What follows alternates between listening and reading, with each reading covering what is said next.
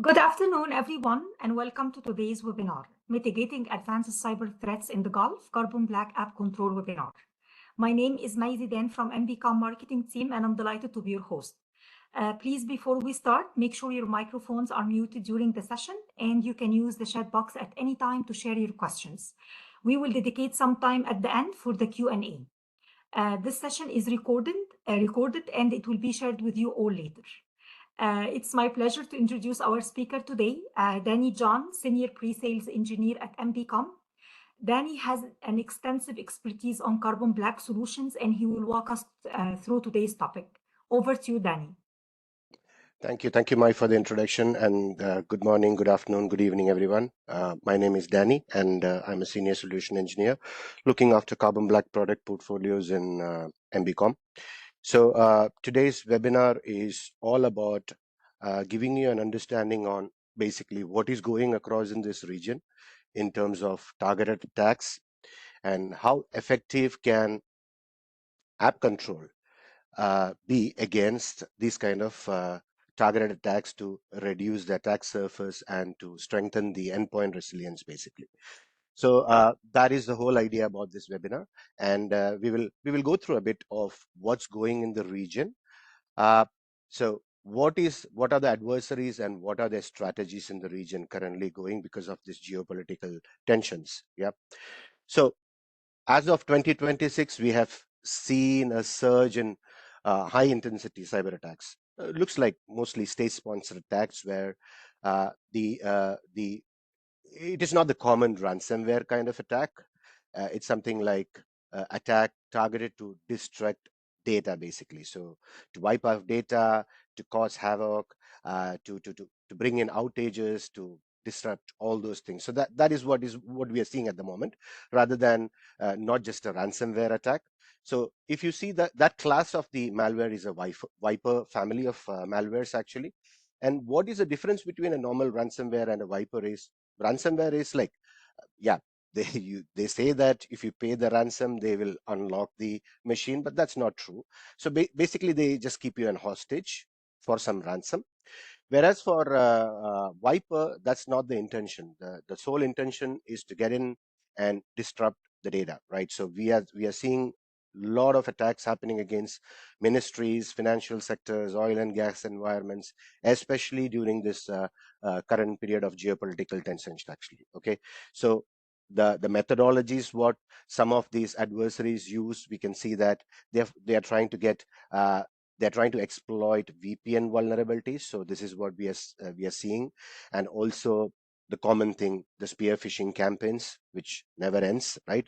So these are the initial access methods what they are doing, and let's do a little more deep dive into what is this Viper, where this started. Okay, so everyone definitely knows about the Shamoon malware because that is one malware which caused a lot of problem, especially in the kingdom. I'm not telling that is the first Viper class malware which we have seen. Prior to that, also there were Viper class of malwares, but Shamoon in our region was the very well-known malware in 2012, actually. So it targeted state-owned oil and gas companies in the Kingdom of Saudi Arabia and Qatar, actually. So it basically erased and replaced with a burning image of a country's flag. I don't want to name it, actually. And experts actually link it to some Middle Eastern affiliated threat actors. This is what they have linked it to. And Shamoon has not only done havoc in 2012, actually. It came back as Shamoon 2.0 in 2016, and then in 2018 it came back as Shamoon 3, actually. Okay, so again, not a ransomware. The whole purpose is to destruct the data. Okay, cause problem across the organization. So let's do some deep dive into this. What happened in the Shamoon malware? So the first thing was basically a spear phishing email which came in. That was the initial access which the methodology which they actually used in. There was a document file actually in the phishing email. When you open it, it's very common that they use the leaving of the land kind of attack to target genuine operating system admin tools, actually. So here PowerShell was actually opened up, and the command line access was taken to the compromised machine actually. So attackers then communicated within the compromised machine. They actually remotely executed code from their CNC servers. Then they deployed in the stage 3. If you look at the lateral movement, they deployed a malware, okay, an additional tool. It's not the actual shamoon implant. These are tools which is used for specific task actually. So these tools were actually used for escalating the privileges in the environment, and also to do some study of additional systems in the environment, locate critical servers. So it is not just going to create problem on some not so critical end user machines. They want to attack critical servers. That's bring down the system, bring down the services, right? So imagine that in oil and gas, in oil and gas industry, you bring down the piping services, or pumping services, or crude oil, what you say, processing services. These are all definitely similar to having a physical attack on a oil and gas industry. They can easily do it with a cyber attack actually, right? And then what happened in the stage 5 is where they actually deployed the Shamoon malware. So you see that they came through initial access, they did all these things. Every organization have led security controls, right? What happens? It breached everything, right? There was not enough. The first it's breached, came into the environment, then it maintained persistence, then it did all the privilege escalation. Everyone is having EDRs, XDRs. What really happened? Yeah. So it is 2012. Maybe XDR did not come at that point, and EDR was kind of evolving at that point of time, really. So yeah, with what all controls they had, that it was not effective. They came in, then they implanted the Shamoon malware, which actually coordinated the Shamoon outbreak begins. So what was it doing? It was wiping down the hard drives permanently. So you cannot recover it back. It was unreadable data, and they wiped out the disk permanently actually. So that was the so again, you see the Shamoon was part of the Viper malware family. So now what we are seeing now in 2026, yeah, so we are seeing similar behaviors of Viper. So it is definitely a malware in the Viper family, but with more capabilities actually. All right. So I have tried to map it with the MITRE techniques and the MITRE tactics and techniques basically. So when you look at the initial access tactic, these are the different techniques which are used. So if you see that the VPN abuse, these are the common things which you have seen: vulnerable VPN software, they abuse that, get in over that, or the phishing campaign also. It could be SMS phishing, or the normal spear phishing campaign where users get email actually, or a supply chain compromised and hardware vendor. Okay, so it could be a supply chain compromise actually, and the impact level is pretty critical actually. Yeah, so they get access to the environment with this.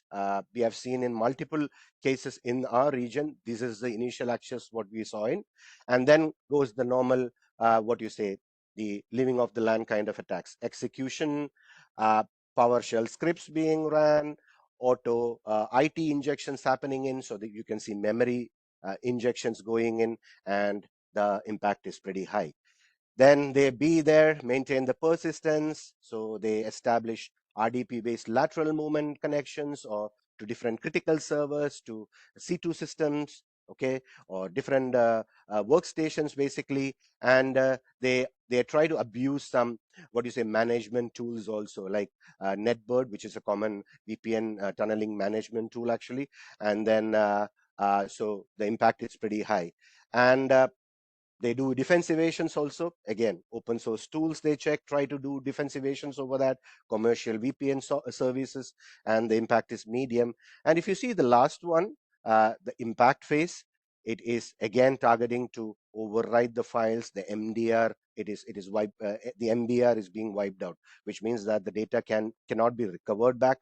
If you see a very interesting thing, MDM abuse. So they get a hold of the MDM environment in the customer's ecosystem, and then use remote wipes from the MDM, or they also trigger group policy distribution, where they forcefully reboot the machines.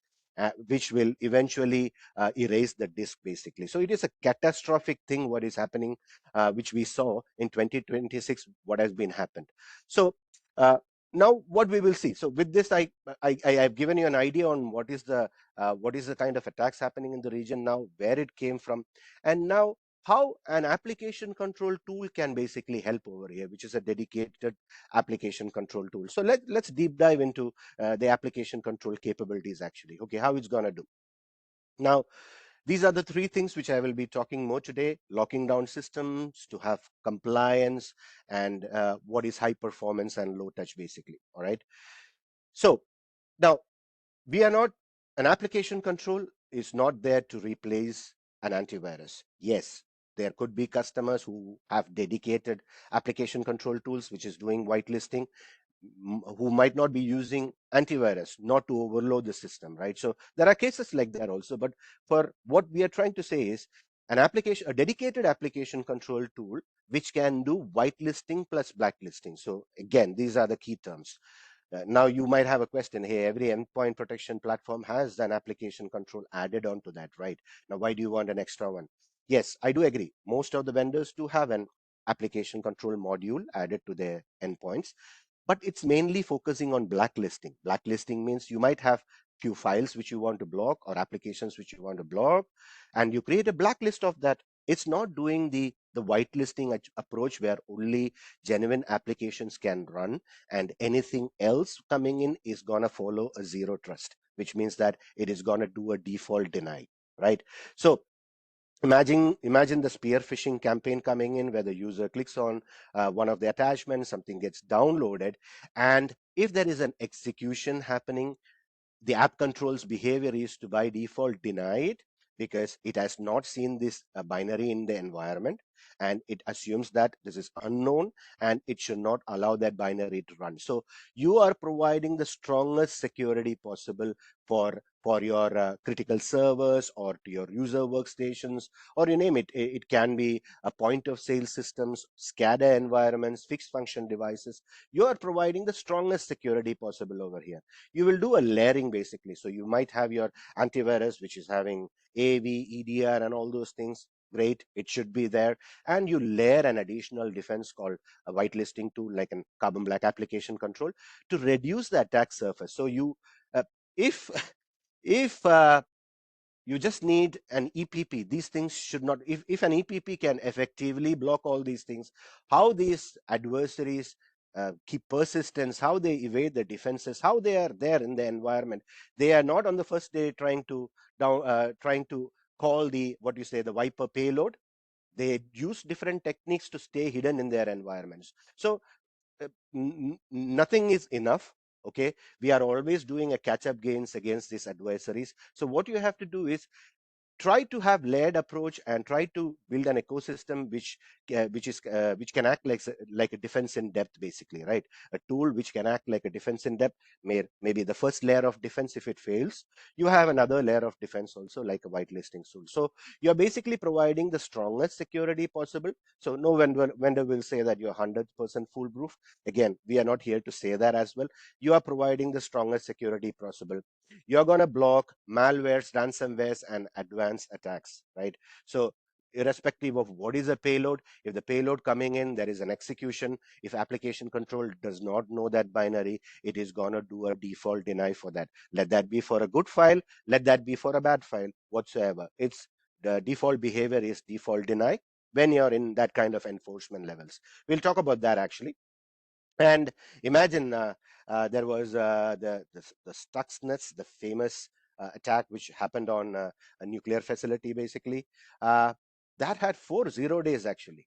Imagine that had 4 0 days, and those 4 0 days were used to basically used to target everything and to completely do that destruction. Imagine there is a 0 day uh, uh, component coming in and your AV cannot do anything, right? It does not have the signature, or maybe it does not have the behavior. The execution is going to happen. So you're basically having another layer of defense so that anything unknown is defaultly denied. Yeah. So you can get that peace of mind. It also has an application control, also has the file integrity monitoring module. which means that if you want to keep the integrity of critical files or critical directories or critical file outputs, you can create file integrity monitoring rules based on custom rules what is there. So but the the strongest feature is whitelisting, but we do have the file integrity monitoring capability also added to this. And then memory and registry protection. So you have seen in the previous thing when I discovered about the wiper malware, uh, it was targeting for fileless attacks basically. So there is no file; it executes from the memory also. So you need to have some kind of protection on your memory and registry. So these are things which we overlook because it's a little difficult to configure all these things and to have that adequate security, balance that adequate security along with your business requirements, right? So yeah, it can be a bit complicated, but to have that implemented in your environment can really be useful when, God forbid, if you have some bad times like this. Yeah. And then we do have device control capability also, where you can control mass storage devices. The read write execution on mass storage devices can be controlled. Application control can be deployed across Windows, Linux, and Mac environments. So it completely support all these flavors of operating systems. And it's a purely signatureless solution, unlike an antivirus where the agents has to frequently get updates. Application control doesn't work that way. It does not download any updates to the agent. We will talk about some reputation services which might require communication to the environment, to the internet. But this solution, if you saw over here, SCADA, ICS environments, which are most of the time isolated. So if you are in those kind of isolated environments also where you don't have internet access, the Carbon Black can really be installed there and provide you that still that adequate security, right? When it comes to providing that defense in depth capabilities or reducing your attack surface. Okay. Now we are talking about compliance. There are organizations across the region, especially finance and healthcares, who to achieve their compliance, they need to have a whitelisting tool or a change control or a file integrity monitoring tool on their system. So that is how they achieve compliance actually. So if you see over here, PCI DSS, FISMA or HIPAA, to achieve those compliances, you need to have some kind of control points like a whitelisting tool or a change control tool that is needed. So with the application control, basically you can get that near real-time monitoring. So whenever it discovers a new binary which came into the environment, it provides the information. Hey, this is the binary. It came on this user machine. This is the user. What is the status of the binary? Whether it's an approved binary or an unapproved binary, what is the status? It gives you that entire real near-time monitoring.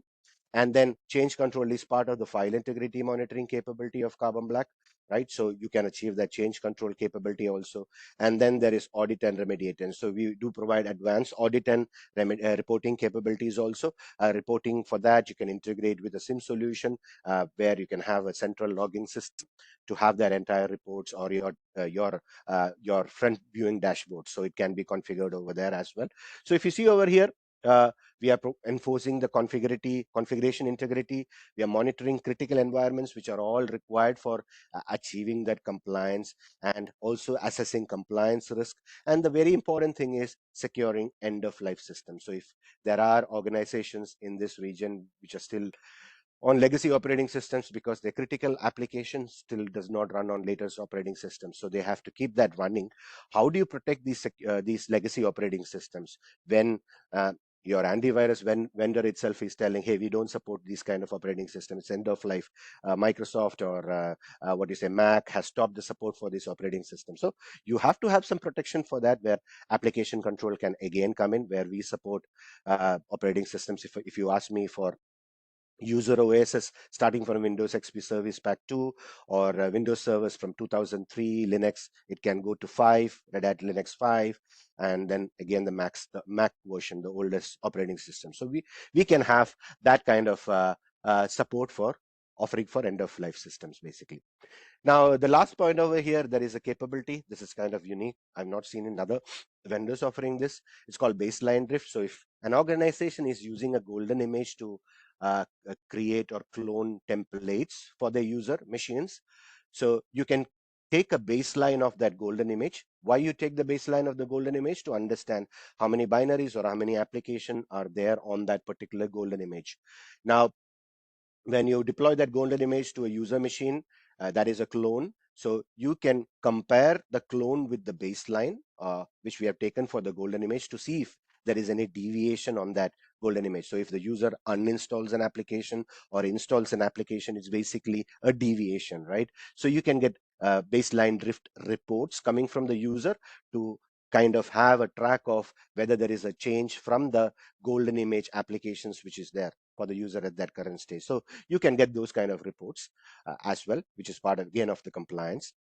Now, the last thing which I want to say, so till now I've said it's a hardening tool. It is going to do a lot of hardening. It will only allow known applications to run in the environment. Anything which is unknown is going to be blocked. But there should be some kind of mechanisms to kind of provide the administrators to do some approvals, right? Automatic approvals. So the first thing is a reputation-based approval is available, where whenever there is a binary which has been discovered, we try to map it with the reputation information, which is coming from Symantec plus Carbon Black. We do have wealth of information in terms of reputation. We use Symantec's GIN and Carbon Black's reputation services. These two things are combined together. And we provide the reputation score for every binary which is coming in actually. The scores can actually be dynamic. So for example, if TeamViewer version 10 is good now, right? Everything is okay. Maybe later it has a vulnerability and that particular version was exploited. It would dynamically refresh the reputation of that particular binary. So it won't every time stay the same. It is dynamically refreshing. And you can provide reputation services. You can provide a trust mechanism based on reputation services, saying, hey, if I have a binary coming with a reputation over 8, I can automatically allow that binary to run. So there are customers using this option where they don't want to look into everything what is coming in, to have that, what is a balance for automatic approvals. You can use that. The second way of automatic approvals which you can use is, like, for example, updaters are there, and then there is publishers, then we have trusted users, and I would say trusted directories. Okay, these are the 4 things. Now, updaters are, as an example, Windows updates. So you don't want the machine to be hardened, but your Windows updates affected. So imagine when a new updates comes in, it is getting blocked, or it is very slow to get installed. That's a problem. We don't want that to be affected. So you can have Windows updates as an automatic approval selected. So even though the machine is on zero trust, if there is a Windows updates coming in, that would be automatically approved. So that is one example. The second thing is publisher. So if you want to allow a publisher, a software from a particular publisher to run in the environment, for example, Symantec, we do compare the digital certificate of Symantec, and we understand that Symantec is a publisher, and any software coming from Symantec, we can automatically allow that software to run. So that is how publishers can be used in your environment. The third thing is trusted user. So when you put the machine into a high enforcement mode, irrespective of the privilege of the user, let that be the local admin or a domain admin or a normal user, everyone is treated same, which means that anything unknown, even though these users are trying to run, it will not allow, it will block that execution actually, unless and until you define these users as a trusted user in the policy basically. So you have to call the trusted users. You can say that, hey, domain admin I have added as a trusted user. Whenever domain admin is trying to install something new, allow it to run. So you can have different combinations of policy. We'll talk a bit about the custom policy towards the end. I have a very short demo where I will go through that also. And then there is trusted directory. For example, if SCCM is used to distribute softwares in your environment, and it is picking softwares from a particular directory, you can map that directory as a trusted directory on app control, so that any softwares which is put in that directory is automatically approved. When SCCM grabs it, it can distribute it to your environment basically, yeah, like a software distribution. So that is one example of a trusted directory where you can create a repository, a trusted repository of applications over there. Yeah. And then comes the out of the box templates. So we call it as the rapid configuration rule. I will talk a little more about this during the demo, because there are very useful rules which is always which is readily available over there. Even though your machines are on a learning mode, you can still use these out of the box template rules. So we will go through that when I come into the demo. And then file integration capabilities with the sandbox. So Carbon Black is built on REST API. So you can imagine the wealth of integration. So one of the use cases is to integrate it with the sandbox in the customer environment. We are not going to say that, hey, this sandbox is favorite to us, do that. Any sandbox which supports an API based integration, where Carbon Black can submit files to the sandbox, and the sandbox can return back information to the Carbon Black, we can definitely go with this use case. So what happens is that whenever there is a new file coming in, the Carbon Black agent will be submitting that to the sandbox. In the sandbox, that it would run the static and dynamic analysis whatsoever on different operating systems. The results come back from the sandbox telling that, hey, this particular binary is a good binary. If it is a good binary, it can automatically run in the environment. If it is a bad binary, it is going to be denied. So that is how the integration would work in. So any vendor, again, who supports API-based integration, you can definitely try out this REST API integration, which Carbon Black is built on. Yeah. Now let's get into a little more details in terms of what are all the different enforcement levels when you have to consider when you're going with an application control tool. Okay, let me be very clear. Why many of the customers don't adopt a dedicated whitelisting tool on the environment is because it is not as simple a deployment like an antivirus. You put in the policy and just leave it like that. You have to go through little phases. You have to learn your files, your certificates, your binaries, everything, and then you have to play around across different enforcement levels. So from here, from the learning mode, today you are in the learning mode, and tomorrow you definitely cannot get into a high enforcement zero trust mode. That's not the approach, because you might end up at a lot of false positive where genuine applications can get blocked. It can affect your environment. So why do we have to go in through why do we have to go through different other modes? Is because in these modes is where you do your fine tuning. So you look into the events coming in, and you understand that, hey, this is a custom application and this is triggering an event in a low enforcement. If I move into a high enforcement, this is definitely going to get blocked, because this custom application is very useful, is used in my organization for operational perspective, right? So you don't want that application to block, but in low enforcement you actually monitor it, and then you define your policies, you create the exclusions, and then slowly and steadily, once you have that exclusions, everything available, you get into the high enforcement mode by taking proper change control in the customer environment. And that is where we want all our customers to be in, on a high enforcement mode. Just staying in a low enforcement mode, yes, you do have visibility, but in terms of protection, you are lacking if you are on the low enforcement or visibility mode. But on the high enforcement, it's a zero trust mode, where everything is which is unknown is a default deny, actually, right? So there is a comparison between these different enforcement modes in the next tab. So here you can see that what basically happens over here. Now, I'm sorry for that. There is a disable mode also over here. So the disable mode is a very basic mode, where if you see, the tamper protection is basic, which means that it's kind of in a monitoring or disable status.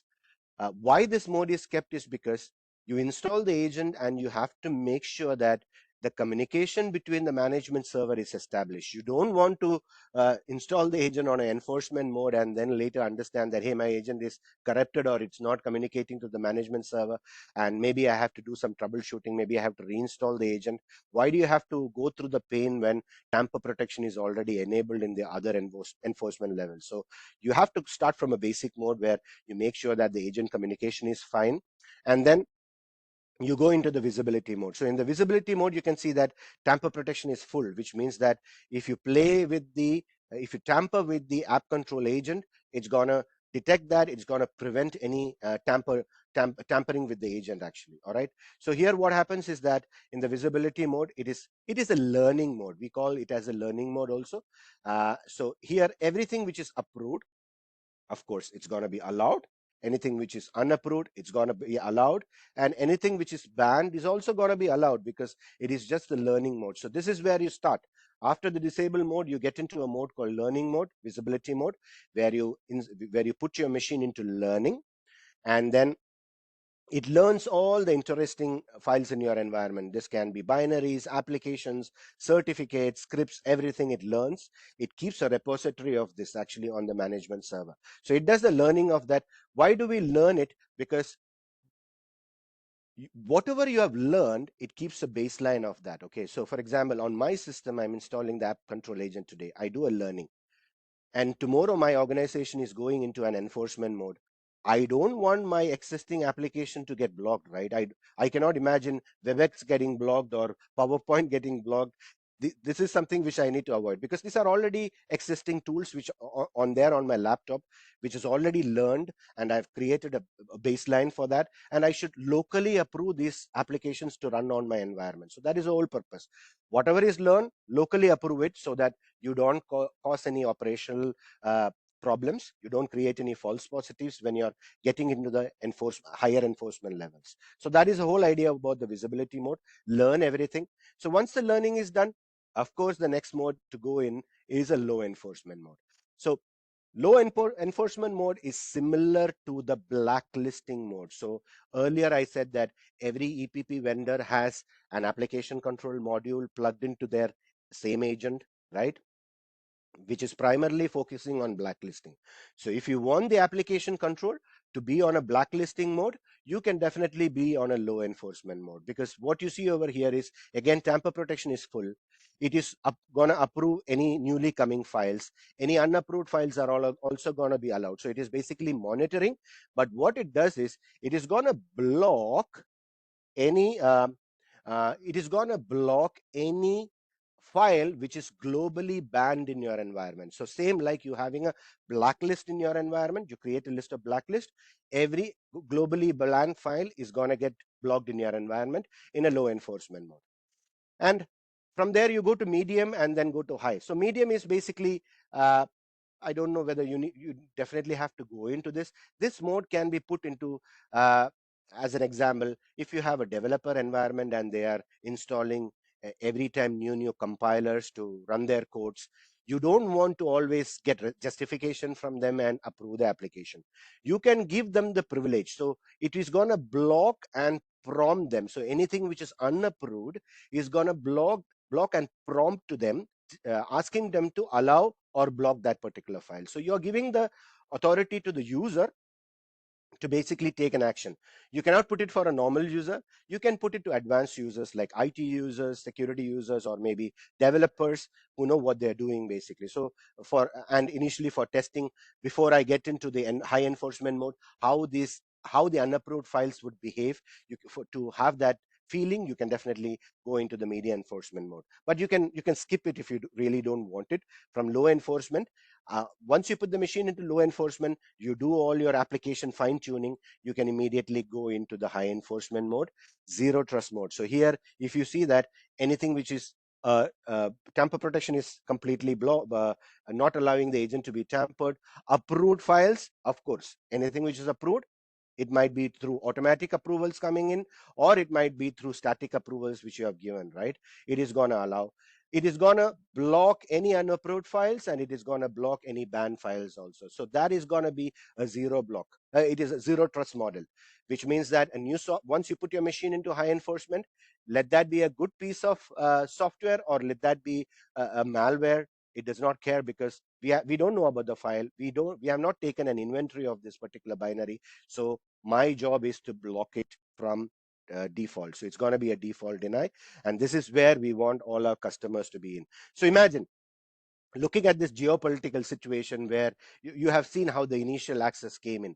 Imagine you have the app control also in high enforcement mode, okay, acting as a defense in depth. So if it is a vulnerability which is being exploited through the VPN software which you have seen, definitely there is going to be an implant coming in. So there should be an implant there which needs to execute to then run the leaving of the land kind of attacks, to call the PowerShell and all those things. What happens if we don't allow the execution of the implant itself in the first time? You are blocking that entire chain, right? So we are not allowing the execution to happening, and we are providing that attack surface reduction and acting as a defense in depth tool. So that is the beauty about the solution. Have your antivirus, let it do its job. Have the EDR, let it does its visibility, and have another layered tool called a whitelisting tool, especially Carbon Black, to do that defense in depth capabilities, to block anything which is unapproved. Okay, so we have spoken about this,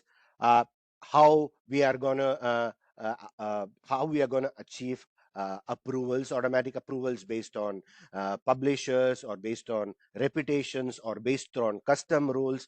You can definitely go ahead and do that. And again, there are integrations. So if you have any fine analysis software in your environment, you want to integrate Carbon Black with that, you definitely can do that. You also can integrate with the sandbox, you can integrate with the SIM, where we do have that entire capability. And then you have custom rules, so you can create your custom rules pertaining to a particular application, on how it has to behave based on some user, based on some process. You can get into a lot of combinations when it comes to custom rules. So you will have that granularity to create rules on what choice you want. So we will get into those rules when we come into the demo part. Now, deployment models, as I told you, mainly it is installed on your data center.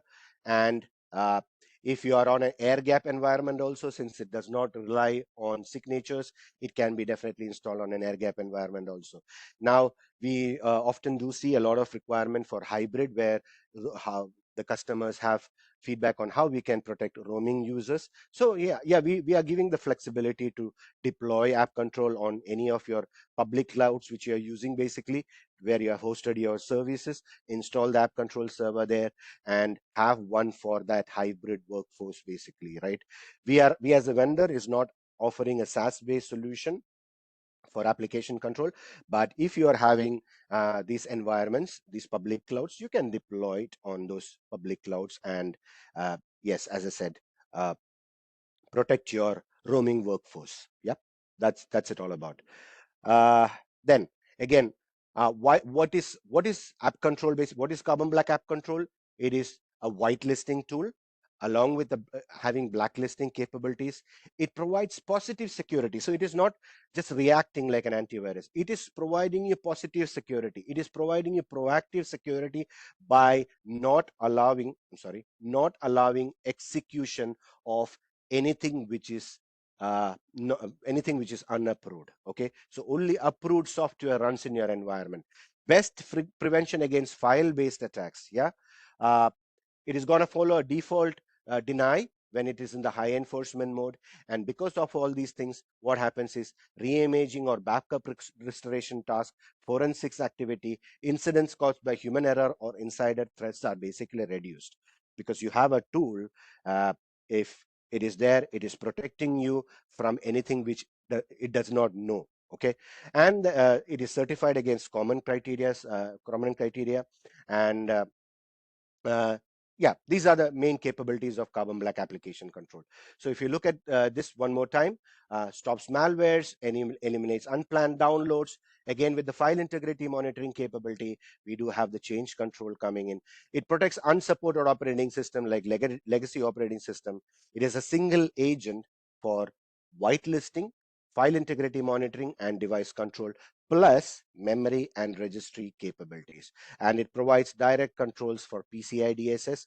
Maybe this 5.0 control is a little older. There is a new one. So that is the key use case and capabilities of app control. Okay, so now let me quickly get into a demo of what we have talked about, so that you also will have a feel, right? So here in my environment, I do have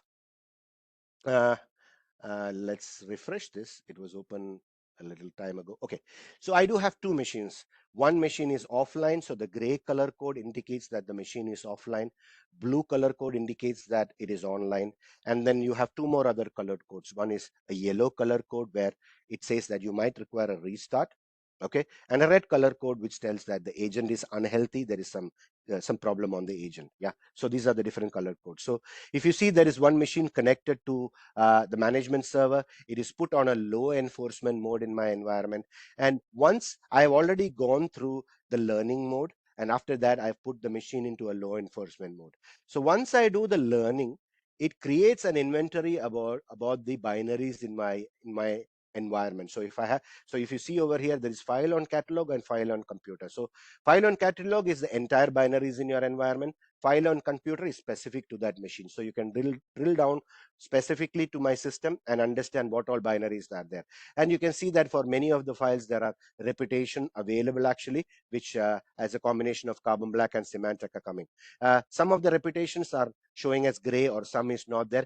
This would get dynamically refreshed actually. The reputation services are synchronized from the backend. So once that information comes into the app control, I've kept the synchronization pretty low. I don't want every time to consume the bandwidth, so I've just kept it low in my lab environment. But you can create the schedule for synchronization so that these reputation services are frequently updated, and most of your binaries will have this reputation. So you can see that you have collected the entire inventory of binary in your environment, and then specifically coming into the machine, if I go into my server, I can know that, hey, these are all the different binaries. What is the local status of these binaries, and what is the publisher?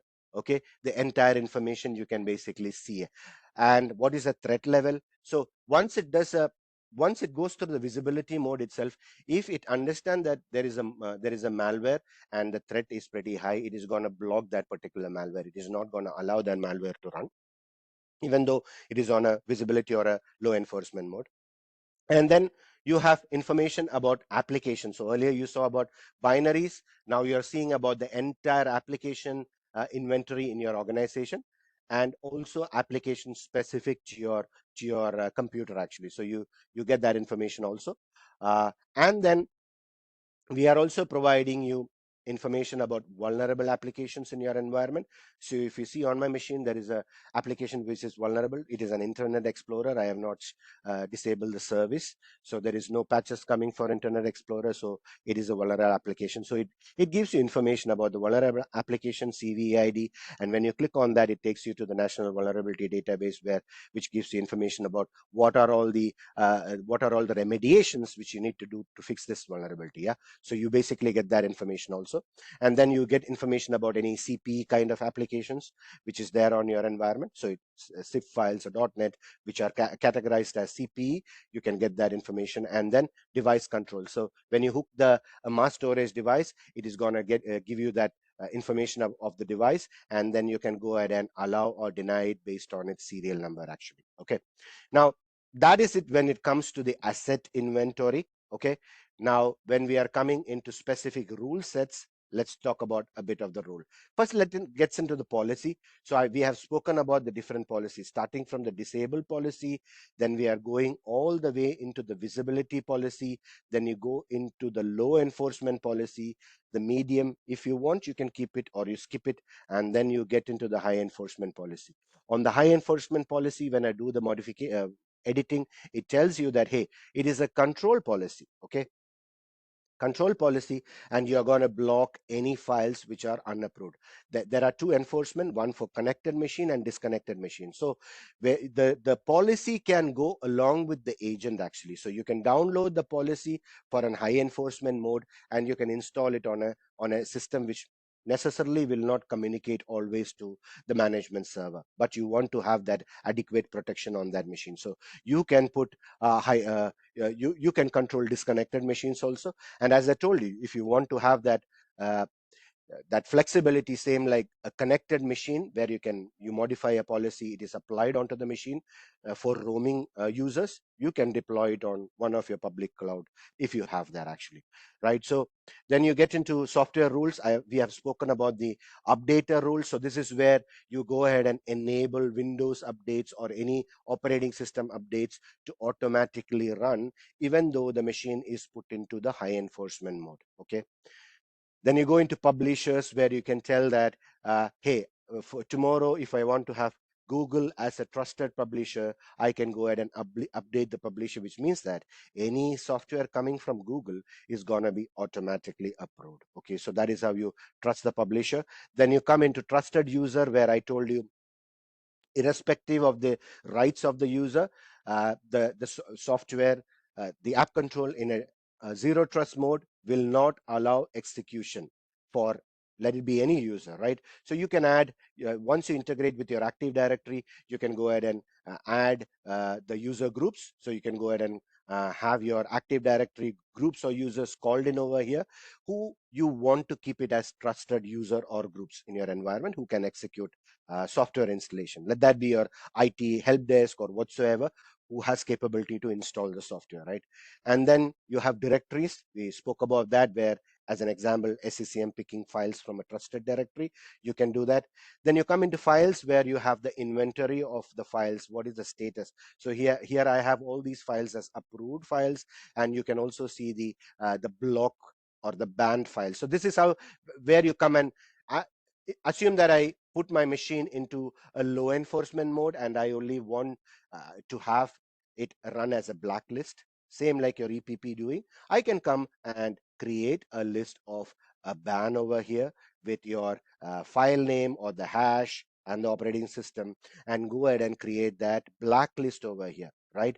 So you only these blacklisted files will be banned, irrespective of it being in a low enforcement mode or a medium or a high enforcement mode. Globally, banned files are banned in all these control modes. Okay. Then you basically come into custom policies. So I told you there is a different combination of custom policies which you can actually create. So one of the custom policy what I've done created over here is trying to control the behavior of CMD actually. So here I have actually created a Windows based policy, which is an advanced policy, and my operation is an execute operation, and my execute action is a block. I'm going to say that any path, but my process is going to be CMD, where if I try to run a net.exe command on the CMD and I try to call the user, it is not going to allow it. It is going to block it. And I can call it on a policy. Okay, I put it on a high enforcement policy, and here is where you can say that, hey, trusted user, normal user can actually be blocked, but trusted user can be allowed. So you can go with different kind of combinations when you come into policies. And then there is another custom policy which I've created. This is specifically to file integrity monitoring. Okay, so I just come over here, try to what I've done is, this is where the local host file is present under the etc directory. I am trying to make sure that any execute or write action should be blocked if someone is trying to make modification on the etc directory. Okay, so if someone is trying to dump some file over there, or someone is trying to modify the existing file over there, it should not allow the action to happen. So that is going to block it. And then the last thing when it comes to the custom rule is file integrity monitoring rule, where I am trying to control the modification of a specific file or a specific path uh, based on the process. You can go with different combinations. So the rule type is going to be the file integrity control rule. Okay, so different combinations. And now with the latest version of software, so as and when you keep on adding custom rules, it can be cumbersome. So imagine that you have used the product for say 5 years and you have a lot of custom rules. So earlier we did not have the flexibility to understand which are all the rules which is needed, or which are all the rules which got triggered. uh, is there a rule which I have to disable? We did not have control because the custom rules kept on piling. So with the latest version of software, which is 8. 8.12, we have actually created an overview for rule analysis, which will clearly tell me that, hey, I do have these custom rules, and is there a date when it triggered? For example, if there is no triggering date for a long time, why do I have to really have this custom rule? I can go ahead and delete that. Adding more custom rules can be more heavy to the agent. So you always try to not keep on adding custom rules a lot, like a combination of custom rules. Because if you add a custom rule and have different criterias on that, it has to go through every phase, right? So that can add load onto the agent. So you keep custom rules simple, but you don't want to keep custom rules which are never used. So you can go ahead and remove those kind of custom rules, or a memory rule, or a registry rule, or even a file rule. So if you have, I can see that this particular file was triggered this. So if you don't have anything being triggered, you can go ahead and basically kind of remove those entries. Why do you want to keep something which is not needed? So this is the capability which we have bought in with the latest version of the product. And we do have great roadmaps coming in when it comes to AI integration and things like that, which will be coming in the future releases. I don't have a time frame for that, but that should definitely be coming in. Now, I'm coming into one of the section which I told you that I will speak a bit more, which is rapid configuration rules. Okay, so very important thing. These are custom rules which our engineering team has already built and kept. So there are around 35 rules with which you can go ahead and add some protection. So this is one rule for browser protection actually. So you want to have some controls on java.exe, or some what do you say, executables which is being called from browser. It makes a modification on the registry. You can go ahead and call this rule. So when you call this rule is gonna get effective even in the low enforcement mode. So I want to come into one rule specifically where uh, it also has another rule for ransomware protection. So in case you are in a low enforcement mode and you are seeing a ransomware kind of behavior where some document files, okay, or some registry modification, or some renaming of the file, or it is using a specific application whatsoever, if it is seeing a ransomware behavior, you can report it or block it, even though you are in a low enforcement mode. Okay, so as I told you, when you put your machine into a low enforcement mode, uh, you can basically you are basically learning anything which is newly coming in. Anything which is globally banned, you are banning it in a low enforcement mode also. But you can have some controls even though in low enforcement mode added, like ransomware protection is another good thing to have. Why do you, if you can leverage the capability of feature of the solution, why not in low enforcement mode, right? And then one of the most important or most interesting rule for me is the PowerShell rule actually. So you come into the PowerShell rule over here, and you have seen from the diagram which I represented. Let that be the Shamoon attack, or let that be the attack, the Viper malware, which was used for 2026 attacks. It always goes through leaving of the LAN kind of attack. So the attackers are in our LAN. They are gonna use genuine admin tools like PowerShell or anything to make things look as genuine as possible, to what do you say, to mask things and perform bad activities so that your countermeasure solutions cannot detect it. So here in app control, you don't have to necessarily block PowerShell, right? I cannot tell an organization, hey, go ahead and block PowerShell, because it's an admin tool.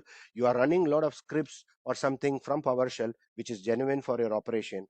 How can you go ahead and deny that? That's going to affect your operation. So you go ahead and enable it, but you can have some controls created over what is being run on PowerShell. For example, I'm trying to invoke an expression, or I to try to download a file, or I try to do bypass unrestricted or whatsoever. These are common things. If you see, if you have an ADR, you are looking at what commands got executed on PowerShell, always you're going to see some kind of unrestricted bypass or download strings, something, or invoke expressions coming in. So you can have reporting or blocking against these kind of commands which is being run on the PowerShell, rather than completely blocking it, right? So again, in low enforcement mode, go ahead and add this enable. So that will make sure that if you have a living of a LAN kind of attack, you still have that visibility, or you can even block it from beginning itself if it is triggering any of these commands which has been put over here. So that is how the what do you say the PowerShell rapid configuration rule would help you. So there are many rules also, mimicat rules, multiple rules, and the customers can leverage these rules. These are templates, and you can go ahead and leverage these rules, and you can use it in your environment. So with this, actually, I come to a conclusion, and you understand that how an app control can basically layer your defense, be like a defense in depth tool, and you can have a peace of mind. So because you are not allowing anything which is unknown to execute in your environment, and you go through different phases of learning and eventually come into a zero trust model, which is the best practice which we offer to a customer. Like, you need to be over there to follow that best practices. So with that, I come to an end. Maybe we keep the session open for any questions to be answered. Mai, do we have Yes. some questions? Yep. We haven't received the questions yet, but we still have 3 minutes. So please feel free to like drop your questions on the chat box and we can go through them.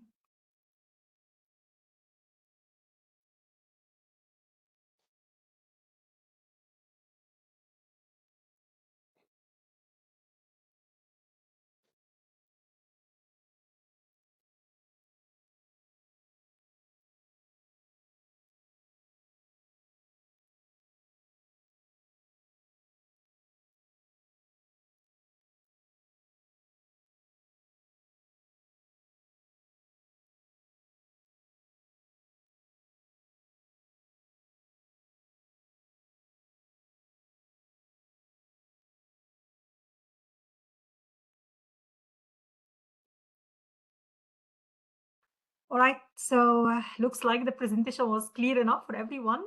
Thank you so much, Danie, for this great presentation, and thank you all for joining us today. Before you leave, we kindly ask you to complete the short survey you will receive. As mentioned, the recording will be shared with you all the soonest. Also, if you would like to explore more or schedule a demo, or if you would love to request for a trial license, please reach us at any time at info@mbcom. I'm gonna drop the mail address here on the chat box, so you can reach out on this email address. Thank you so much. We truly appreciate your time, and we look forward to welcome you in our future session. Thank you so much, everyone, and have a great day. Take care. Thank you. Thank you, everyone. Bye-bye.